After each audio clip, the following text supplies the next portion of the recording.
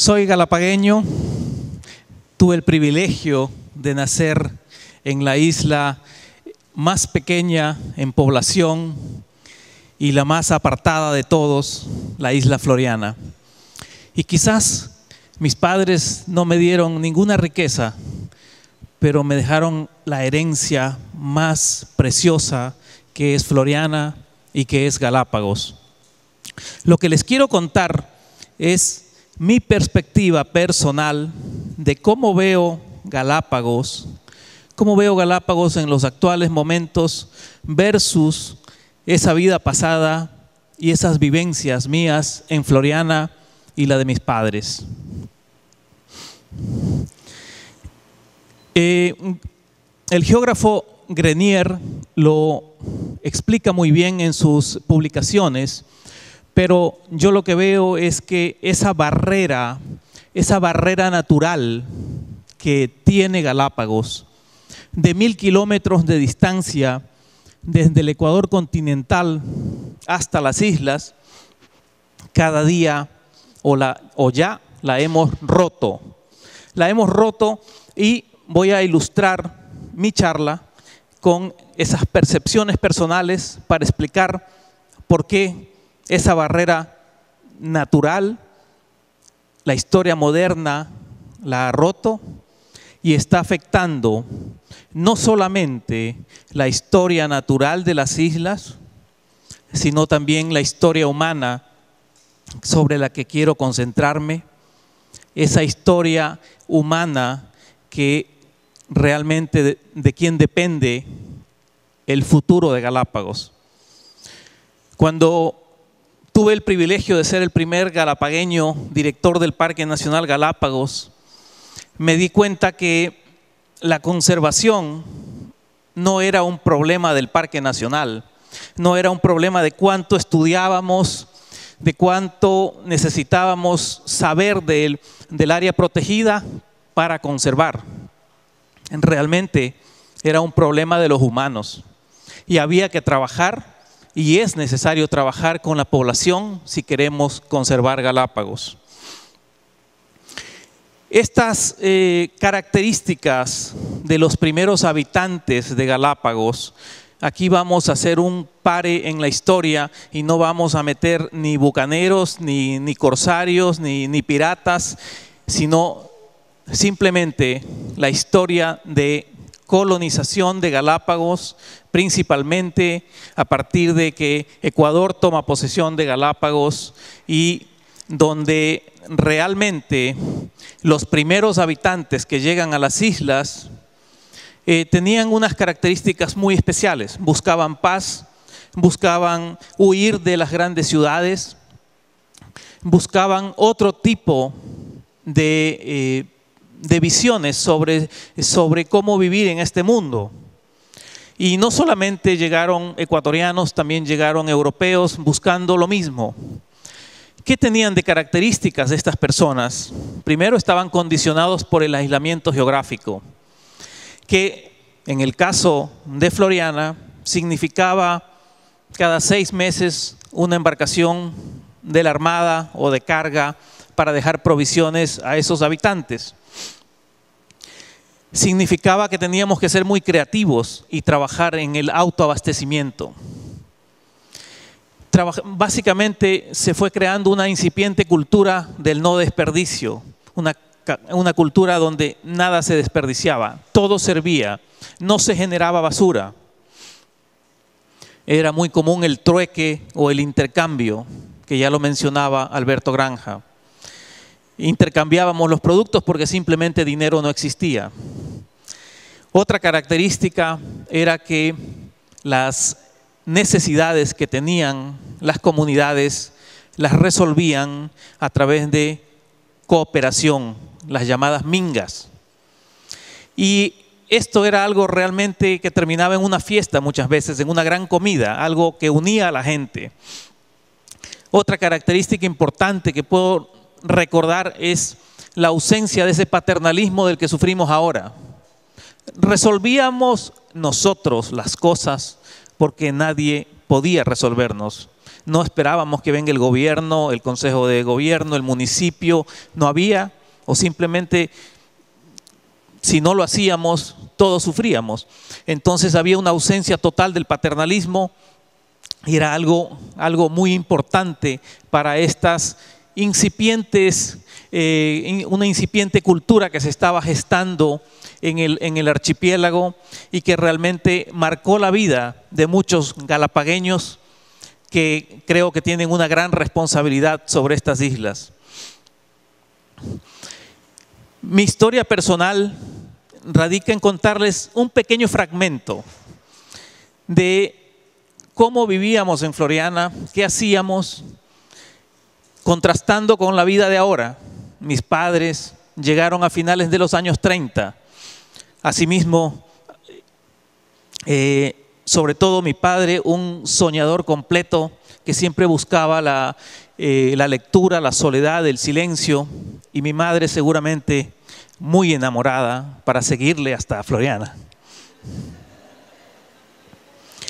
Algo ha de haber tenido el señor Cruz. Pero se formó una familia y esta familia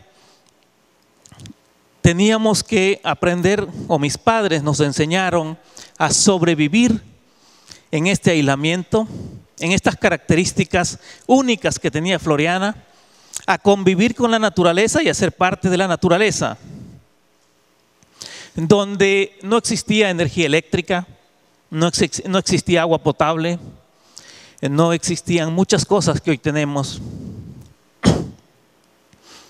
Yo no recuerdo haber jugado o haber tenido juguetes en mi infancia, pero tampoco recuerdo haber sido infeliz. Fui sumamente feliz, gocé mi niñez a lo grande y realmente hay una serie de factores que se crean en este mundo que son innecesarias. Al no tener energía eléctrica, ¿cómo conservábamos la carne? Pues simplemente abriéndola, salándola y secándola al humo, así de sencillo. Y eso podía durar muchos meses. Mi madre realmente era una experta en la cocina, experta por los pocos productos que existían en la isla y donde siempre había una buena mesa. Mermelada de naranja, mermelada de ciruela, un pan exquisito. Y realmente nunca tuvimos hambre, nunca sufrimos de otro tipo de alimentación. Hay muchas historias que nos parecen tan sencillas y tan prácticas para nosotros que al momento de contárselas en la vida actual, en la vida moderna, suenan muy raro. Hace unos meses, en mi trabajo actual, recorriendo las áreas protegidas, las áreas marino protegidas, me preguntaban cómo era mi historia, mi vida en Floriana. Yo les decía, bueno, nos transportábamos en burro para ir a la escuela.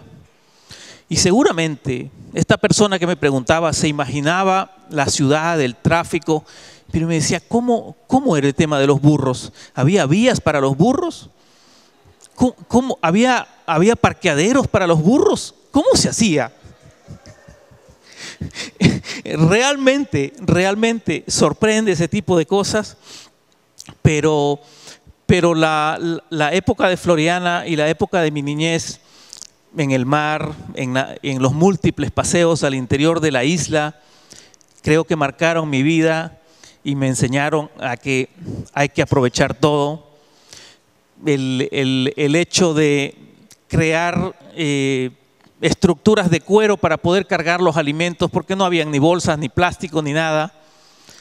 Cosas que hoy suenan como extrañas o como raras, eran muy naturales para nosotros, pero pasan los años y poco a poco Galápagos va cambiando, porque esta historia que les cuento de Floriana no es extraña para muchos de los galapagueños en otras islas, en San Cristóbal, en Isabela o aquí en Santa Cruz al inicio. Era muy parecido. Este turismo, que no es que queremos satanizar el turismo, pero que originalmente nace como un turismo científico, muy famoso ya Galápagos por Darwin, por los primeros científicos. Empieza a llegar ese turismo donde los recorridos eran de 25 días. Hoy tenemos recorridos de 4 y de 2 días de los turistas que llegan a Galápagos. Ese turismo fue cambiando, fue cada vez Galápagos, su propia fama ha ido consumiéndola, y hoy tenemos 220,000 turistas que llegan al año, donde las necesidades son cada vez mayores y donde la población tiene que crecer para atender esa demanda turística. Y no solamente ha sido el turismo, también la misma pesca, que ha ido generando otros factores como la migración, las especies introducidas, que son uno de los principales problemas de Galápagos. Como les decía, esta apertura geográfica de las islas, esta barrera natural de 1000 kilómetros de distancia está rota. Hoy tenemos de 6 a 8 o más vuelos diarios. Antes teníamos un barco cada 6 meses. Hoy tenemos teníamos 2 barcos cada semana de carga en las islas. Tenemos más de 80 barcos recorriendo las islas permanentemente, todos los días. Entonces, no existe ya un mecanismo para decir no puede llegar tal o cual especie o no puede llegar tal o cual plaga porque tenemos un mar que nos separa de 1000 kilómetros. Esto ya está roto. Y esta apertura la podemos mostrar fácilmente con este gráfico. Más población, más turistas, más plazas para barcos de turismo, etcétera, etcétera. Todo es más. Esta apertura, como les digo, turismo, pesca, generan migración, necesidad de traer alimentos, necesidad de traer materiales de construcción, necesidad de traer todo del continente. Ese autoabastecimiento en el que vivían los pioneros que llegaron a las islas ya no existe. Si ahora no llega la carga del continente, es una crisis total para Galápagos. No podemos sobrevivir. Entonces, esto significa más especies introducidas a las islas. Y a la fecha, al 2015, me parece que ya son casi 1500 especies introducidas que tenemos aquí en las islas. Me pregunto, ¿Galápagos va a seguir siendo sostenible con este modelo de desarrollo que tenemos actualmente o algo está mal? Mayor tráfico marítimo, derrames. Recuerdo la peor pesadilla como director del parque, lidiar con el derrame del Jessica. 160,000 galones de diésel, 80,000 galones de IFO o de búnker regados en la bahía de naufragio de San Cristóbal. El primer día que vi el derrame, me embarqué en un Zodiac de la Armada para ir al Jessica y básicamente navegábamos en un mar de petróleo. Ese combustible era para un barco de turismo. En ese momento se me vino a la cabeza y decía, ¿realmente estamos haciendo bien las cosas? Este crecimiento poblacional insostenible que no es un enigma, va ligado permanentemente al crecimiento de los turistas. Hoy tenemos ya 30,000, 35,000 habitantes permanentes aquí en las islas y seguiremos creciendo.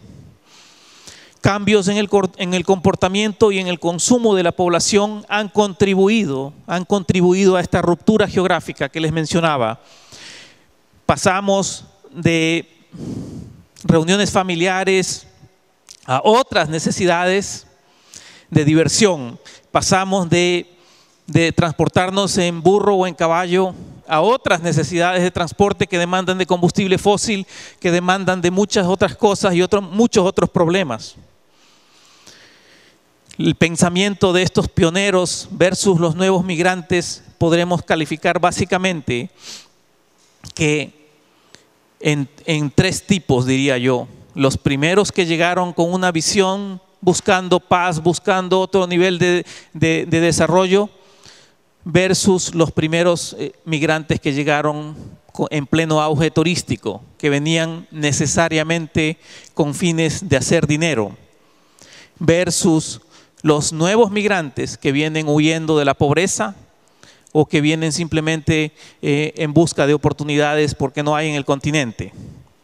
Ante este tres tipos de visiones, tenemos que, como galapagueños, construir una visión de conservación. Una visión de conservación que realmente es un reto muy grande para Galápagos, poder construir un modelo sostenible de desarrollo. Cuando a mí me interesa hacer dinero y después de hacer dinero me voy de Galápagos. A mí me interesa la paz y a mí me interesa que mi empresa turística funcione mientras yo estoy en Quito trabajando o viviendo de lo que produce esa empresa, o en Nueva York. Construir eso es muy complicado, pero será el reto que tenemos que construir y será el gran desafío para nosotros. Yo creo que todavía quedan oportunidades para el buen vivir de Galápagos, siempre y cuando tomemos en cuenta los techos ambientales. Tenemos una constitución bien escrita que sí podemos sacarle el jugo, pero también tenemos en camino una nueva ley especial que básicamente dependerá de nosotros cuánto empujemos para que cambie o no cambie y no dejemos que los políticos la escriban. Necesitamos que esa ley apoye una identidad isleña, una educación para la sostenibilidad de las islas y un modelo de desarrollo turístico diferente. El actual nos está llevando al caos. Galápagos es patrimonio natural de la humanidad. Su área marina, su reserva marina y su parque nacional son protegidos por el Estado ecuatoriano y son realmente lo que hemos visto, una maravilla que todavía nos enamora, que todavía nos hace meditar, que todavía nos hace soñar cuando salimos al parque o a la reserva. Realmente nos inspira Galápagos para muchas cosas, pero cuando llegamos a las poblaciones locales, eso no sucede y tenemos que enrumbar las poblaciones locales para que vayan acorde con esas áreas protegidas. Yo creo que podemos decir que Galápagos en el pasado tiene 1000 historias que contar, pero dependerá de nosotros que creamos nuevas historias positivas para que este Galápagos sobreviva en el tiempo y siga haciéndonos soñar. Muchas gracias.